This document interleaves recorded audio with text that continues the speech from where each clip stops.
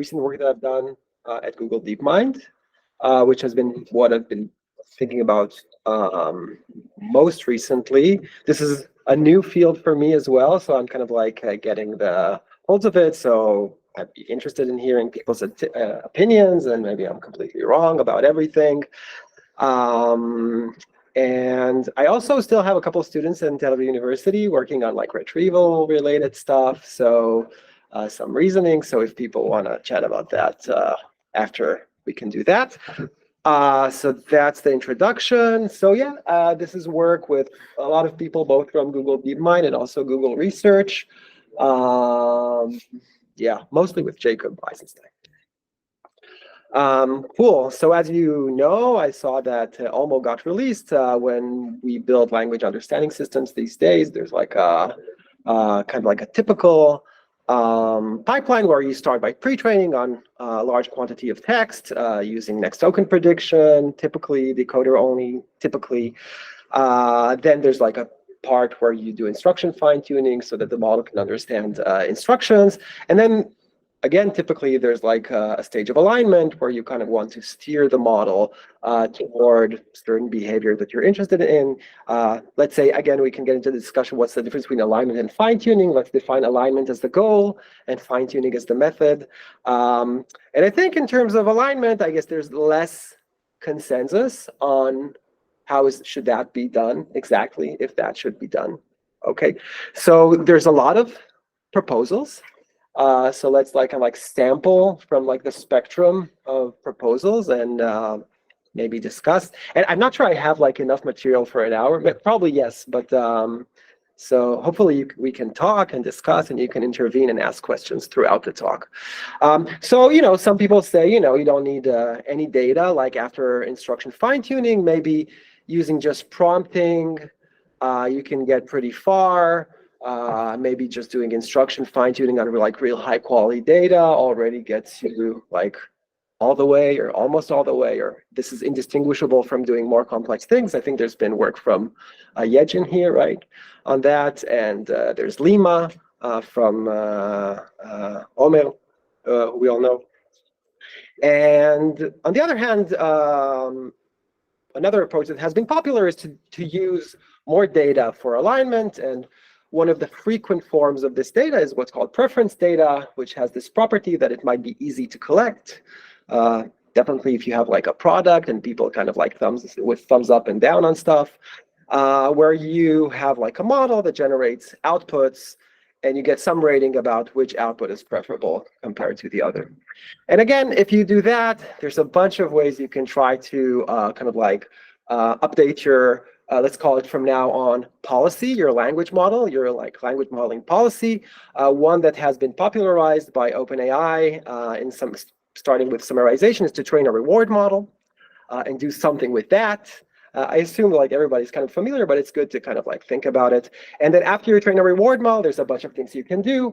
You can just do some inference time alignment where you sample from your model and you re-rank, basically like a re-ranking approach, and like do a best of n. And that has been pretty successful, I think. And it's like a conservative yet effective method. Or you can run like RLHF using like algorithms like PPO. And then recently, there's been a lot of excitement about methods that do not train reward models at all and just like treat like the probabilities that are emitted by the policy as like describing some implicit reward, and you can try to directly optimize that.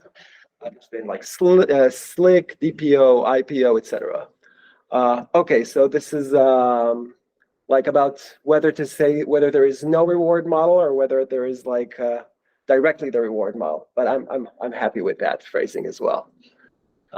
Okay, cool. So again, just trying to like characterize things again. So there's like, if we talk about prompting, then it's like there's no reward model, there's no exploration. Let's define exploration as like kind of like sampling from your model as it's being updated. So there's no like exploration, no training. It's very cheap. RL is also as cheap, but it does train a reward model. There is exploration, and you do train a reward model. And then there's like all these things in between, like slick DPO, IPO. Typically, people do that like what's called offline, just like use the whatever preference data you have, and that's it. Recently, people have started doing more exploratory things like sampling from your model, ranking them with reward models, then running DPO. There's been a bunch of papers from Meta recently that have been employing this kind of like, again, it's conservative, but more exploratory. And there's inference time re-ranking, and maybe like what's definitely going to be really good is like if you just sample from your model, annotate with humans, and do this over and over again, kind of like make sure that your estimates of what are good preferences are kind of like related to the distribution of the policy that you have right now. Okay, so just one thing that I want to point out, there's this whole discussion, do we need reward models, do we not? I don't know if I want to get into that right now. But assuming, conditioned on the fact that you think that like doing some exploration in policy space, that your initial policy is kind of like not good enough, such as if you just by sampling, you're not going to get like good enough samples, then most methods that kind of like advocate for exploration or use exploration use a reward model. Okay, so that was like a semi-long introduction. Okay, so reward model, as I said, typically are trained from preference data. So you have like, this is like the original OpenAI thing where you have some document, you get to summaries, and you do like which one's better than the other. And they're like used a lot for a lot of kind of like alignment goals, as they say, to make models more helpful, like the quality of the outputs should be high, to make them safe, to not like answer things you don't want them to answer, to have them be factual, hopefully. Yeah, so we all know that. And I guess like the main problem, I think that's the main problem, is with using reward models, reward over optimization. So I'm not like an RL expert, but I would say like typically in the reinforcement learning setup, you can like expect that when you get reward, like, you have some environment, you get reward, it may be sparse, whatever, but it's typically kind of accurate, right? Like your reward is like, did something good happen or not? And when you're using these trained reward models, like there's noise that adds on as you're aligning your policy. So the more you kind of like align, the more you kind of like steer away from your original distribution, the amount of noise in the reward that you get increases, and you might get reward over optimization. And there's a bunch of paper where you see figures that look like this, where the x-axis is like KL, like the difference between the original distribution of the policy that you have, let's call this the unaligned model, and the new model that you have aligned, and this KL kind of like tends to increase as a function of alignment. And the y-axis is some value that says whether it's good or bad. And you're using some model to drive that, and that model that goes up monotonically because that's the goal of training. That's what you're optimizing for. But as you drift away from your original distribution, it starts to diverge from like your true goal, and it starts decreasing. So there's good Hud's law. When a measure becomes a target, it ceases to be a good measure. But this is kind of like very, very inherently baked into the process because you're trying to change the policy. And like the policy has this incentive in some sense. This is like semi-adversarial, like the reward is fixed, right? Like let's imagine PPO. The reward model is fixed. You're not training it anymore. But the policy has this like opportunity to adversarially kind of like exploit any weakness. And as it is allowed more freedom, it just might likely to reward over optimization. And that's like supposedly that's a big problem if you think deviating from the original base policy is, potentially useful. Okay, so there's been a lot of work on this. I cannot like possibly enumerate everything. Here's some examples.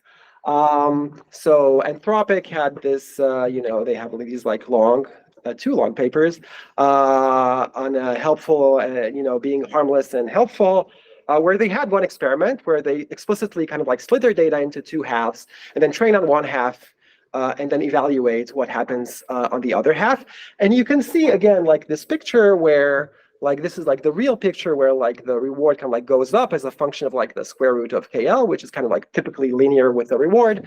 But if you look at like the reward model that was trained on the other half of the data, maybe I didn't describe it. So you train two reward models on two halves, and now you measure like average reward at test time.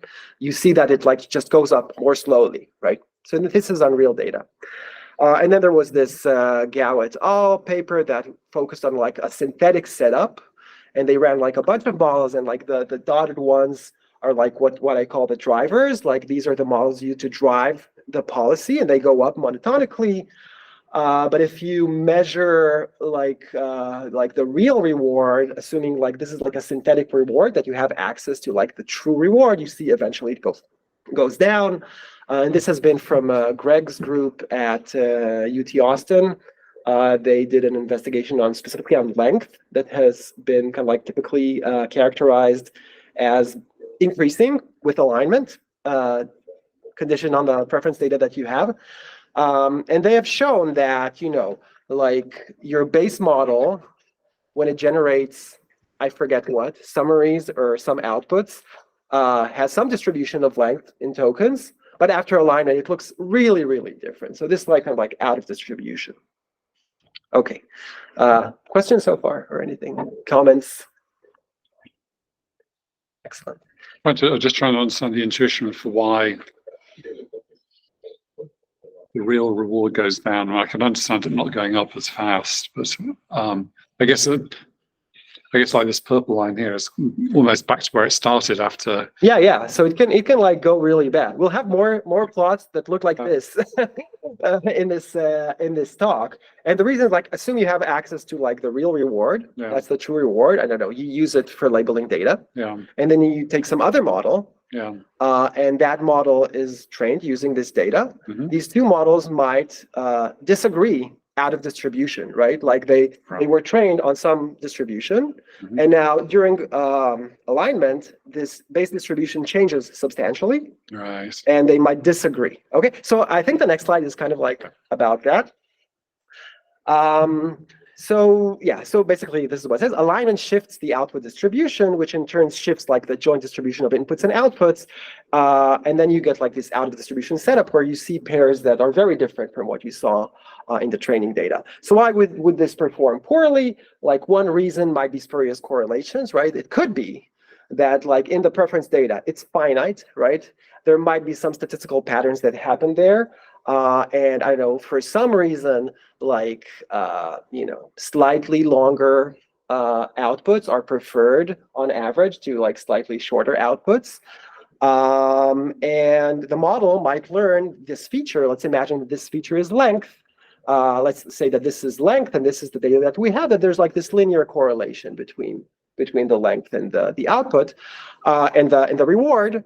And during alignment, if you allow the policy to modify its output distribution arbitrarily, it will say, okay, I'm just going to increase the length as much as I can. But then out of distribution, this no longer holds, right? Like if summaries become like longer than the inputs, then that's like not amazing in general. So there's spurious correlation. I guess more broadly, again, we can think about characterizing this. I don't want to spend too much time, even though like you can philosophize about this a lot.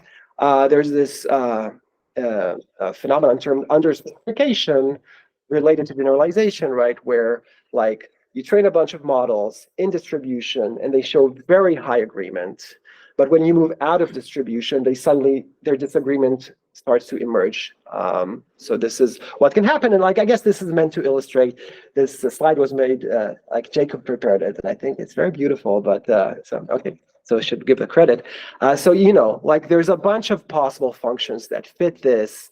And it could be like, specifically, you're trying now to push towards like this region. Now, all of these models can disagree to an arbitrary amount, basically, modular regularization. Okay, so how do you mitigate reward or over-optimization? The most common thing that people do is like limit KL, right? They had this KL penalty on your objective function. You're not just maximizing the reward. You have like this constrained optimization problem. You're saying, well, we're going to maximize the reward, but subject to this constraints that we don't want the align policy to have a distribution with high KL compared to the base policy. I don't know, maybe this is fine, but it seems like a pretty like blunt tool, like maybe some changes in distribution are, fine with respect to the reward. And we're just like not allowing any exploration around that area. So I haven't seen like anything compelling that does better than that. I think that's definitely a fruitful research direction if you're interested in that. So in like the Greg and Singal from Greg's group, I just know Greg for a decade, but like it's a Singal group paper. They tried to kind of like control for spurious correlations. I don't think they saw huge gains. Maybe you can correct me if you read this more carefully. But in general, like knowing the spurious correlation in advance in order to mitigate it is kind of like underwhelming because there's just like a lot of ways where things can go wrong. And then related to this talk, you can try to do ensembling, right? So you can imagine that if you have like a bunch of reward models and they're underspecified, then kind of like aggregating a bunch of them in some way would be useful. And there's been some work on that. So this is like from last year, Leave and Irving, and they mostly reported negative results, like that ensembling reward model does nothing for reward over optimization, and they kind of like hypothesize on why, and I'll touch upon that later. And then I think now this is accepted at iClear 2024. There's been this work from David Kruger's group at Cambridge, where they have more success. I think they do something very similar to what we do, and they kind of like declare victory, that like ensembling works amazingly well. And like this, my work is like saying, well, yes, but. So it's going to be something in the middle. So this is where like says this sucks, this says this is amazing, and we say, well, something in the middle. Before we get into the details, can we go like 3 slides back where we 1, 2, 3. Yeah, this middle plot that Peter was pointing out. So just so I understand, on the left side, the output distribution is such that the true reward and the reward model agree.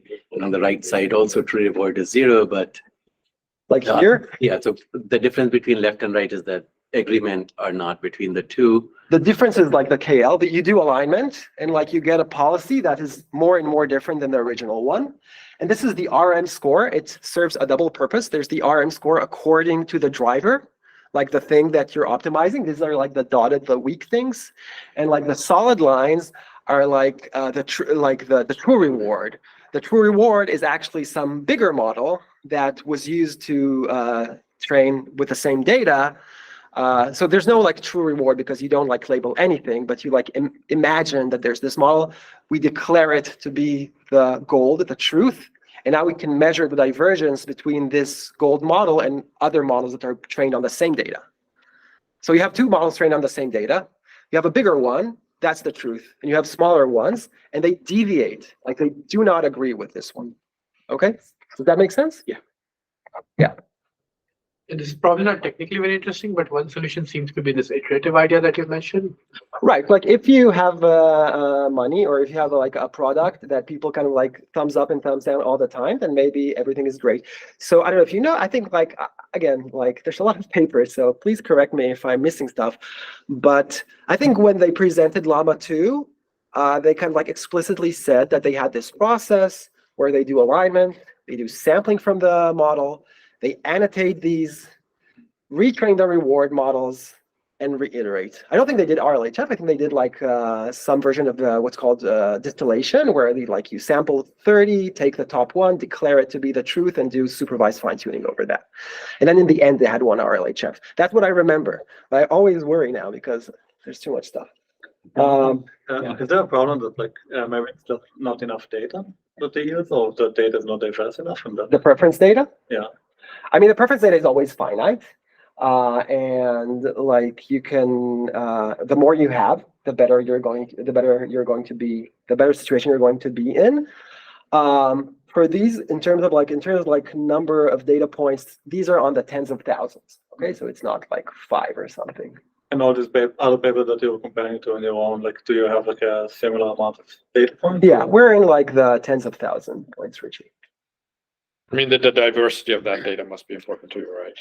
Right, For definitely. quality. So again, it's kind of like hard to remember everything. Like in many cases, what people do, they just sample from like whatever model they have and do preference annotations over that. So if you're in the process of creating preference data, you typically like sample from your model and like But rank those. even the inputs you choose to sample of like. Oh, right. So the distribution, there's the P of X, right? Like the distribution of prompts, and there's P of Y condition on X, which is controlled by like your base model and your decoding mechanism. And I think like in the original paper, they did like use high temperature so that like it's kind of like more diverse, and do various things to kind of like increase diversity in the preference data. Definitely like doing greedy decoding is like a bad idea if you're generating preference data. Well, you're gonna get just one, but you know, beam search or something.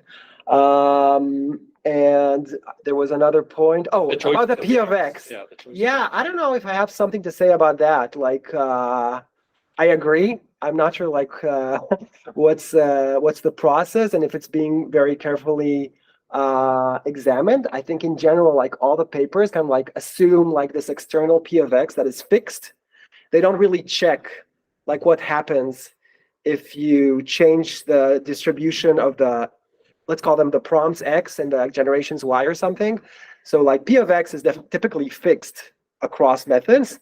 I don't know if like a paper that checks like if you change P of X, like what's the generalization in general, but that's a good point. Like people use like things like self-instruct to generate like these prompts and then they're just fixed like in alpaca farm. So I think, I haven't thought about that a lot. I think it's underexplored. I would definitely assume that if you have like a better P of X, then that should be helpful. Yeah. Okay.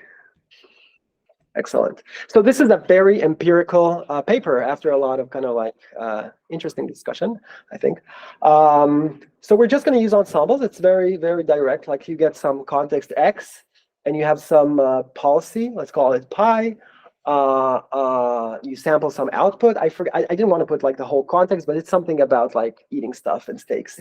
And it's not great because like it starts suggesting like a bunch of stuff that's not related to like a question about steaks. I forget what the question is, but like this list is like arbitrarily wrong.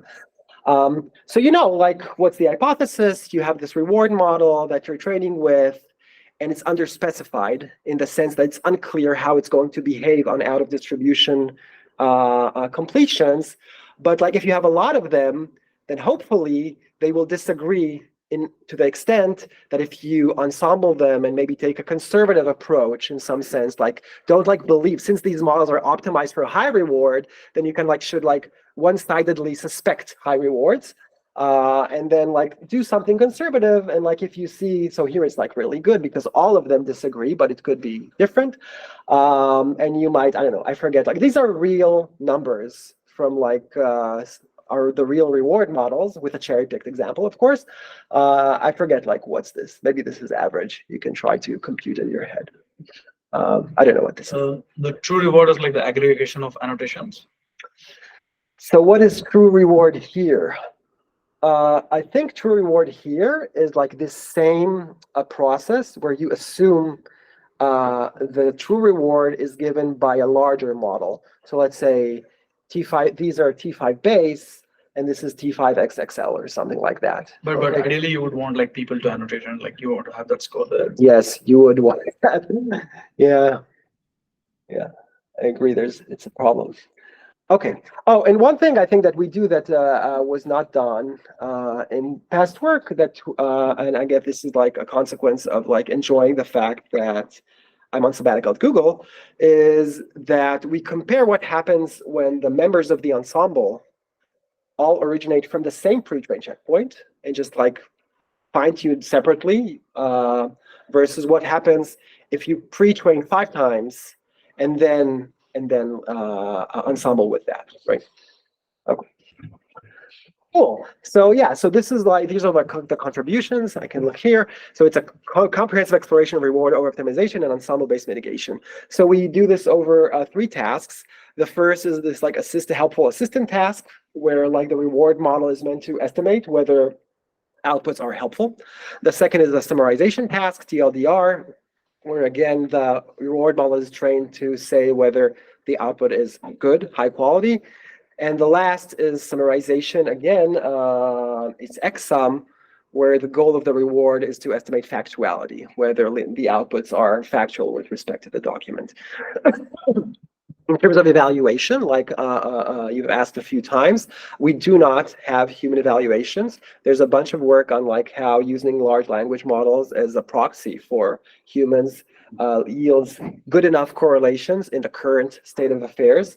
Maybe this should be re-examined with time, but I don't know. My intuition from looking at the data is that it's behaving reasonably well. So we do that. We use an auto-evaluator, which is a larger language model than any of the language models that are used for both the policy and the reward models. And also we do some analysis of reward hacking, more kind of like directly, like trying to find error patterns and see how do errors change as a function of like alignment. Excuse me. Yeah. So how do you compute the number from the large language model? Like how do you get the minus 1.13? Is it like the Yeah, so it depends. So we use two auto evaluators. One is like a fine-tuned T5XXL.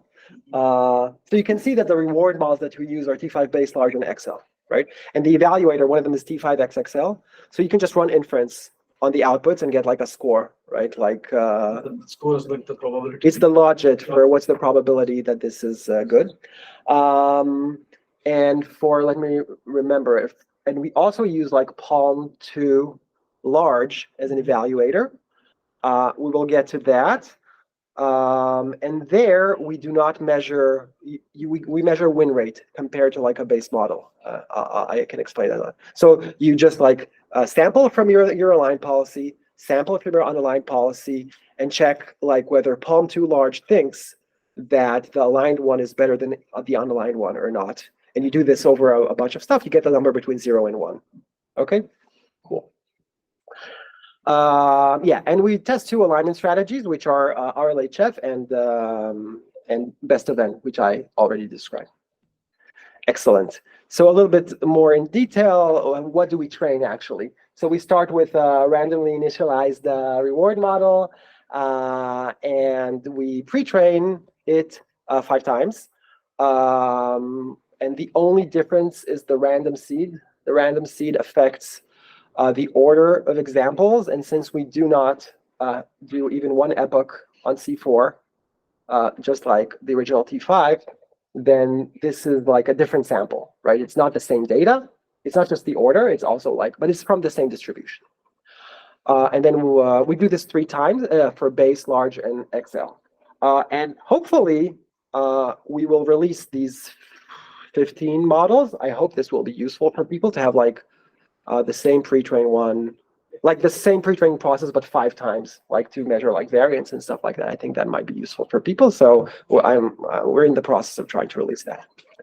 And then for each of these pre-trained models, we fine-tuned 5 times, and we do this for each one of the reward modeling tasks. So yeah, so this is like, you know, it's like 5 times 3 times 2 reward model. So like overall, it's like 220.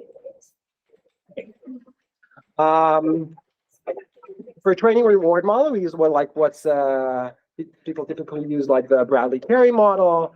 I don't know if it's that interesting. Like it's like standard thing that says like the probability of preferring Y1 over Y2 is just like the sigmoid of their difference. One like detail, if you're like going to work on ensembles, is that like there's like this objective is kind of like invariant to like shifts, right? So like if I kind of like add 17 to both of these, then nothing changes.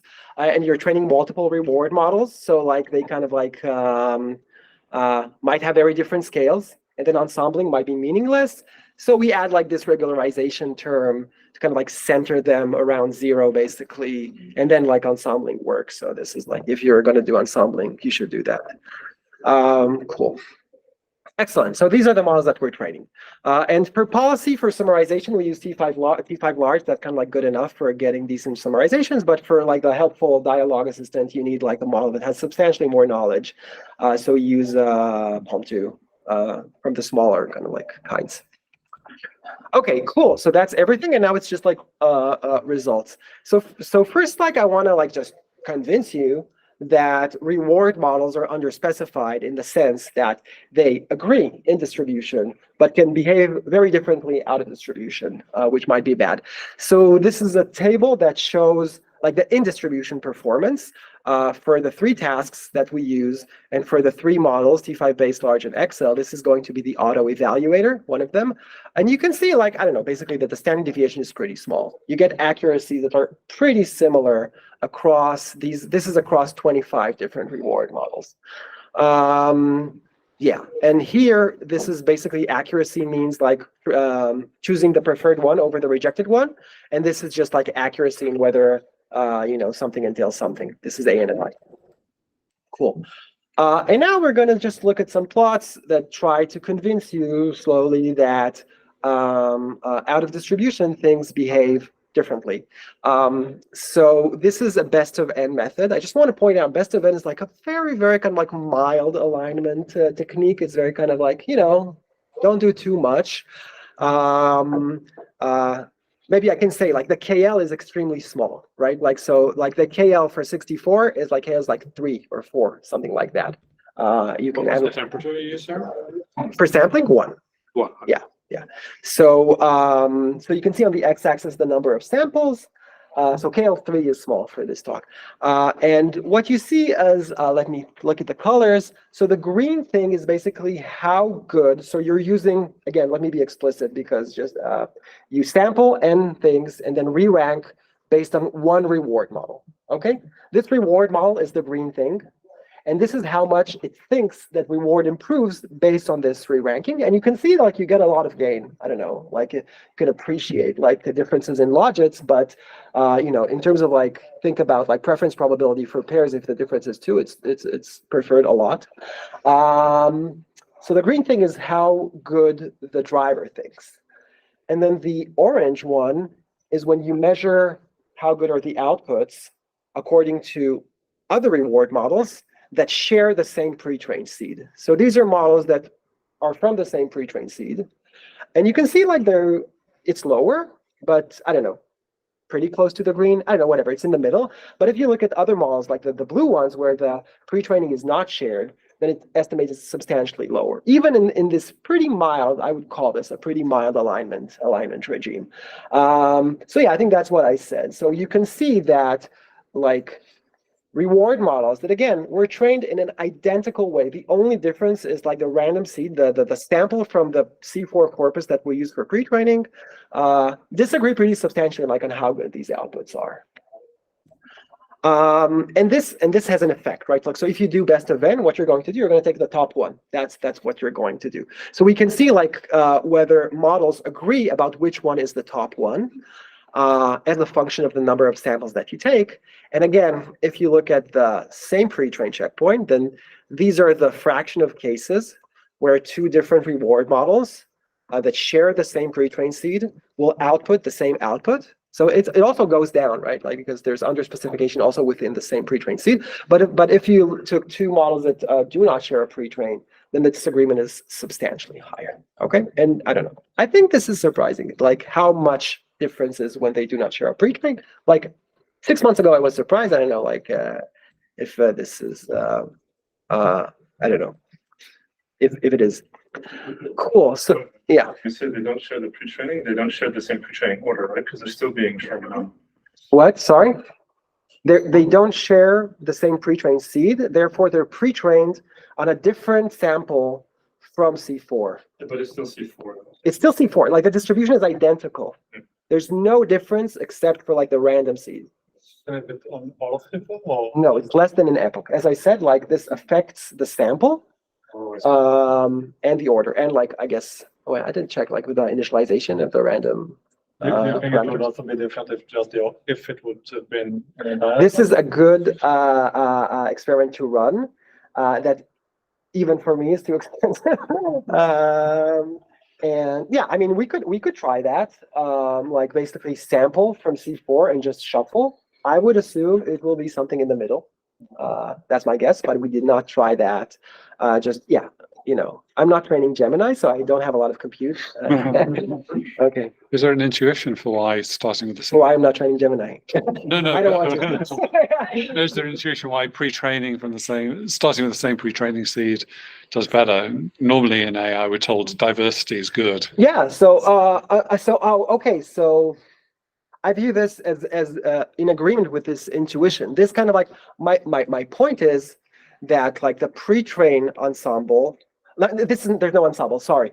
That if you look at like different pre-train, you're seeing more of the truth than if you're looking at the fine-tune. So when you're looking at the fine-tune one, you're asking, my model, the green one that I use for optimization, this model thinks that the outputs are really good, okay? But I think that they're not, okay? So I can measure that with another fine-tune model.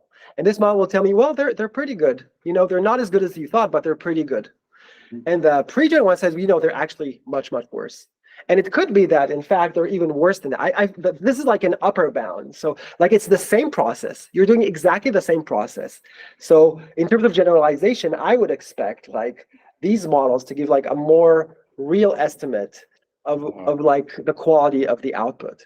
So I would say like this like better reflects like reality because it's the same process. And like what this guy thinks it's great because it was used for optimization. These thinks it's pretty good because they're really similar, but these have they're just like a slightly different distribution of pre-training time, and they can like reflect that there's like pretty big differences as alignment goes out of distribution, right? So lower is in some sense, I don't know, closer to reality. Yeah. Okay. If it's a less than epoch, then it's pretty much like for all practical purposes, a different data set that has been exposed to. If it doesn't do an epoch? The other model, which has been pre-trained differently. Yeah. On like a different subset of the same data set. So it's kind of like, you should expect this to happen. Like an even better upper bound would be if you have like a model that is trained like a multiple epochs. You mean on like these same samples? On the whatever the pre-training data. Sure. Yeah, I think there's a lot of things that you can do to increase diversity beyond just the random seed. And I think that like you get such an effect just from the random seed is interesting, and you can do more. You can like, split by domains. You can imagine diversifying your different models in multiple ways. And that's like, I think like a good research direction. Okay, maybe I was going to start like being slightly faster. So this is in RLHF. This figure does take like, unfortunately I want to go faster, but this takes an hour to explain. So here we see RLHF, and what we measure on the y-axis is like given a prompt, you sample a bunch of outputs, and then check whether the ranking of different reward models agrees with each other. So this is the correlation between different reward models. And like the orange thing is like the correlation when the models share a pre-trained seed, and the blue is when they do not share a pre-trained seed. So you can see that already before RLHF, at like 0.0, like the correlation is not perfect. This is because like the distribution that the reward model was trained on is not the same as the policy. Maybe we don't need to go into that, but there's like a pretty big difference already at the beginning between the ones that share a pre-trained seed and do not share a pre-trained seed. So it's like 0.7 if they share a pre-trained seed, or 0.6 something, and less than 0.4 if they do not share a pre-trained seed. So they disagree about the ranking much more even before you start RLHF. And then as expected, or maybe not, like RLHF basically drive them out of distribution, and disagreement kind of like increases and increases out of distribution. This is because all of the lines kind of like go down, and the three variants is like based on like how strong of a KL penalty you put. Maybe that's not important. Like if you have a strong KL penalty, then like the model changes less. If you have a weak KL penalty, then it will change more and disagree more, and like the slope will be higher. So but like the high level, like during RLHF, disagreement increases. And like eventually, if you compare the same pre-trained seed to different pre-trained seeds, like the ones that do not share a pre-trained seed disagree more. So all this meant to say, like these reward models that we're using, once you're out of distribution, they're really underspecified. A lot of like bad stuff can happen. Okay, so I'm done convincing you that underspecification exists. And now, like, what is the simplest thing that you can do? Well, you're going to say, okay, we have this ensemble. Let's just use it, and hopefully this will mitigate this reward over optimization. So what does this mean? It means like, we have these models. They're different. Hopefully, their errors do not correlate. So whatever error one model has, through ensembling, we're going to be able to kind of like cancel this out. So that's the hope. And the question is if this is true. So we do that. We now, as the reward model, we don't use a single model to drive either best of N or RLHF. Instead, we take a bunch of scores from a bunch of models that either share or do not share a pre-trained seed, and we do some aggregation operation. So again, kind of like conceptually, you might think that being conservative is good. So maybe you would take the minimum. You see all these rewards, you would take the minimum. Turns out this is too aggressive. This doesn't perform as well. You can take the mean and subtract the standard deviation, again, assuming that high variance between rewards corresponds to less certain things, and therefore you should have lower penalty. Or you can take the median or any other quantile that you want. We only have 5, so the number of quantiles is not infinite. We didn't see that there's a very, very consistent trend on what is the best aggregation method. So I'm not going to get into that. Minimum is worse than the rest, and the rest kind of depends. And I think you can think about why this happens. But I think by and large in the results, mean minus standard deviation and median kind of work equally well. Okay, so now what happened in RLHF? It's roughly the same picture. So this looks very similar to what we saw before. Again, it looks like the differences are small, but it starts from such a bad place that the dynamic range is pretty large. So everything is really statistically significant, the differences. There's no doubt that it's better. And it's also averages over averages, because we have 5 pre-trained ensembles and we have 5 fine-tuned ensembles, we average over them. And you see more or less the same result. That so now higher is better, because now we're not trying to reflect the truth, we're trying to be good. And here you can see that if you train an ensemble, then T5XXL, so the y-axis is the evaluator. It's the larger model, and it evaluates whether the outputs are good. And T5XXL thinks that the outputs of a pre-trained ensemble are better than the outputs of a fine-tuned ensemble, and are better than just single models that are used to drive alignment. And here again, it's KL. And you can see also that kind of it improves. The better the reward model, then T5XXL thinks it's actually better. So scaling the big reward models are actually pretty important. Okay, so this is for RLHF. I guess this is a shout out. One of the authors of the paper, Ahmed Bayrami, is an information theorist. So he kind of has a very nice theoretical paper on the relation between the number of samples and the KL. So I think OpenAI at some point claimed that it's log of the number of samples minus 1, roughly, minus n minus 1 over n. That's false. That's not a true mathematical claim. It's an upper bound, and he proves a bunch of stuff about that. And if you care about that, you can check it out. It's really nice. But basically, KL is 3, 4 in this setup. And this is with RLHF. You can see KL is much, much higher when you use RLHF. It needs kind of it uses its KL budget pretty aggressively. And the picture is pretty similar, orange is above blue and blue is above green. This pre-trained fine-tuned single RMs. Again, there were some papers that declared that basically by doing ensembling, you get rid of reward over optimization. It's clear that this is false. If you have a small reward model and big enough policy, then the policy will adversarially find weaknesses also in the ensemble, weaknesses that are shared across all of the ensemble members, and the reward will eventually, at high KL, will go down, okay? So this is what you see here. This is helpfulness in TLDR. And you see this especially for small models. Again, this is a T5XXL evaluator. So in some sense, it's an optimistic evaluator, right? Because it's kind of correlated with T5XL, you would expect. And Just one more, Oh, sure. and this is the evaluation when you use Palm 2 large as the evaluator. And again, this is reflected. Now it's like the largest reward model that should be hacked the least. And supposedly here doesn't go down, but Palm 2 large does identify clear reward hacking. Also with RLHF and an extra large reward model. And here the y-axis is what I said before. It's like the win rate compared to the base. You can see like it does better. Like it wins much more often. Like in TLDR and in this helpfulness data set, it does do well, but like eventually it starts going down. Okay. So this is like the part where I say, so ensembles, they do help. You can get like gains, significant gains in alignment through ensembling.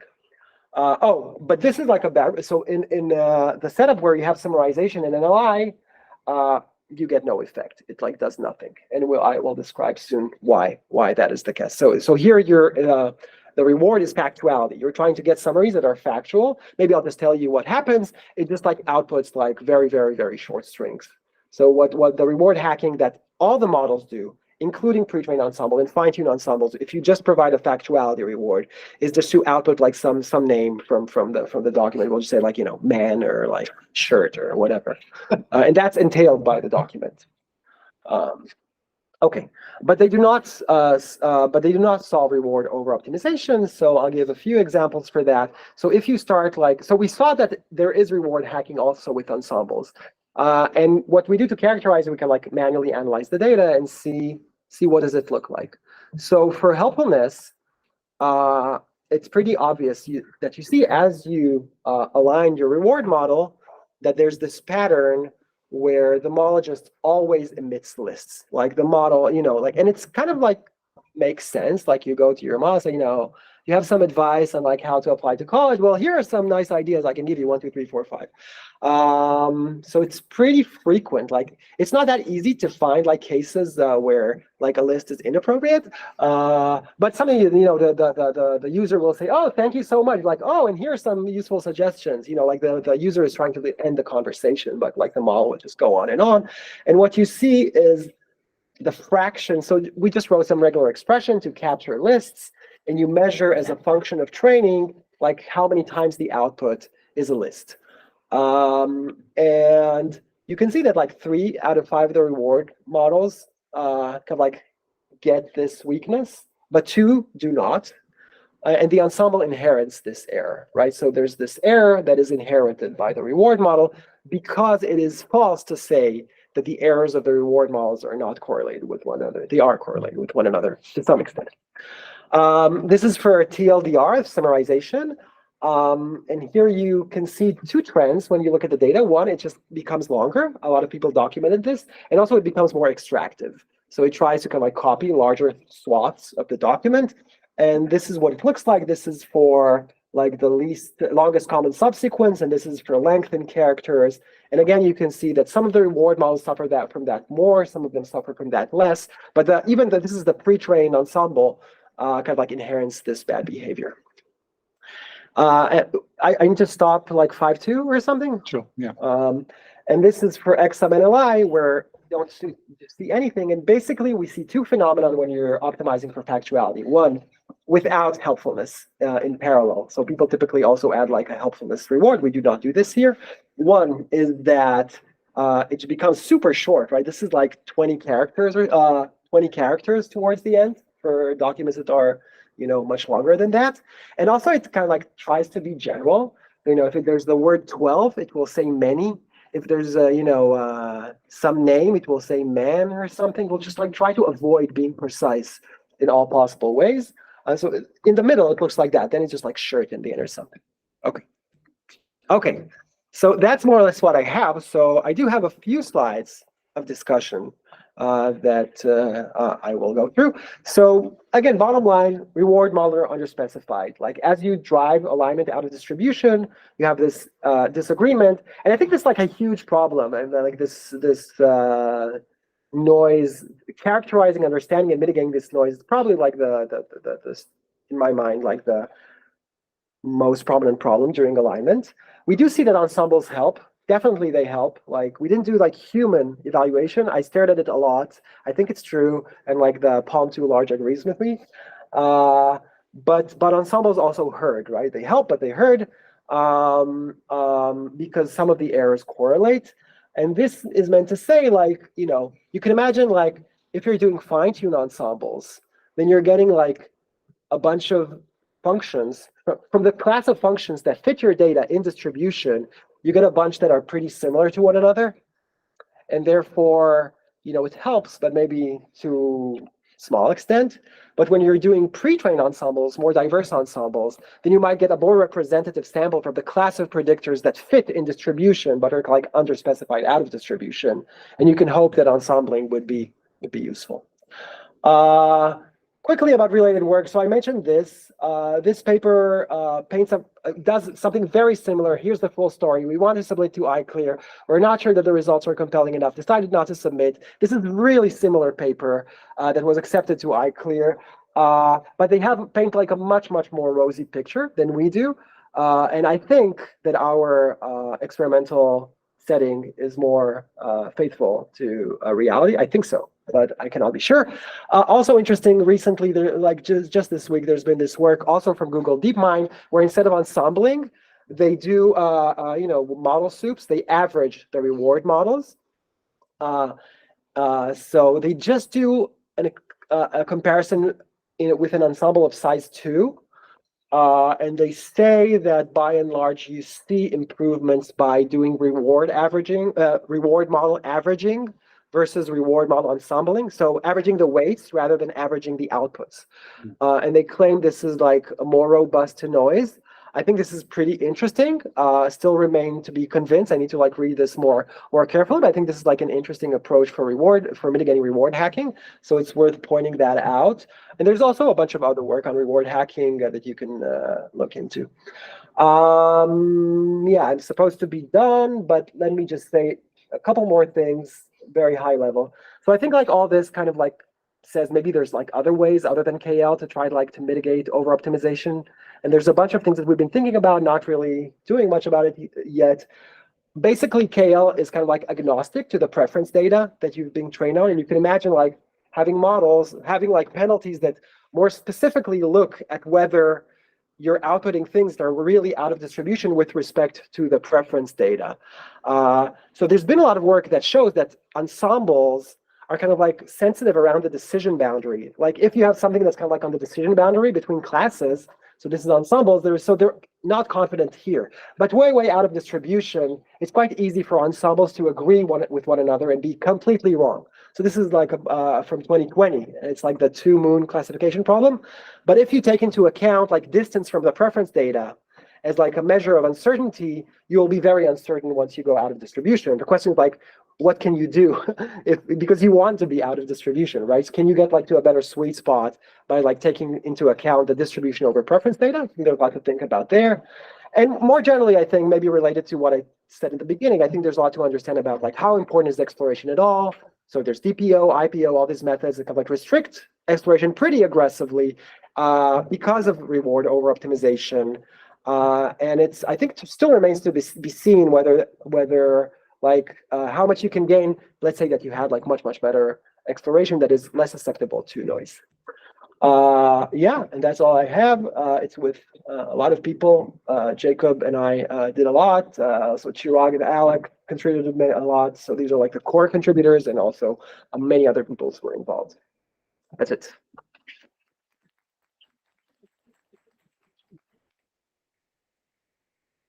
Questions? Tushar, did you want to? Yeah. My question actually got answered, but then I had a follow-up question, which was, I guess it seems that as the scale of your policy gets closer to your evaluator, the kind of reward hacking seems to go away. But it also begs the question of how much can you trust the evaluator model on the out of distribution stuff? Right. So I don't think you're allowed to say numbers, but Palm 2 large is really large, and well beyond like these T5 XXL stuff. So so I don't think like that's an issue there. I think the bound to large doesn't suffer from correlation with U5XL. It might have some other drawbacks for sure. I think if there's like relation between like your evaluator and your training, then that's bad. We should do a human eval. We did not do a human eval. Okay. So there is there's some contradiction here. The idea of underspecification is there just isn't signal in distribution data to tell you which model is best.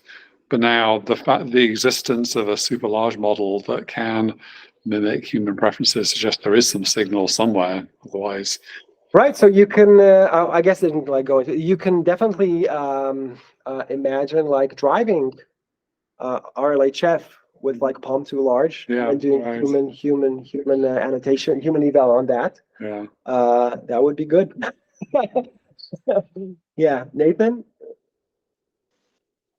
I have a lot of questions, which we have a meeting later, which is good. I think two kind of pressing points are like, one, do you think that the reward that is being used for these is a meaningful signal in evaluation? I know that we can also do kind of human agreement, but like, I think there's like a question of is this even a valid, like it's worth studying because it's used a lot now, but like what we should be doing for reward because of kind of like essentially the question of like what we've done to a traditional RL framework to make RLHF work and like what an environment would be.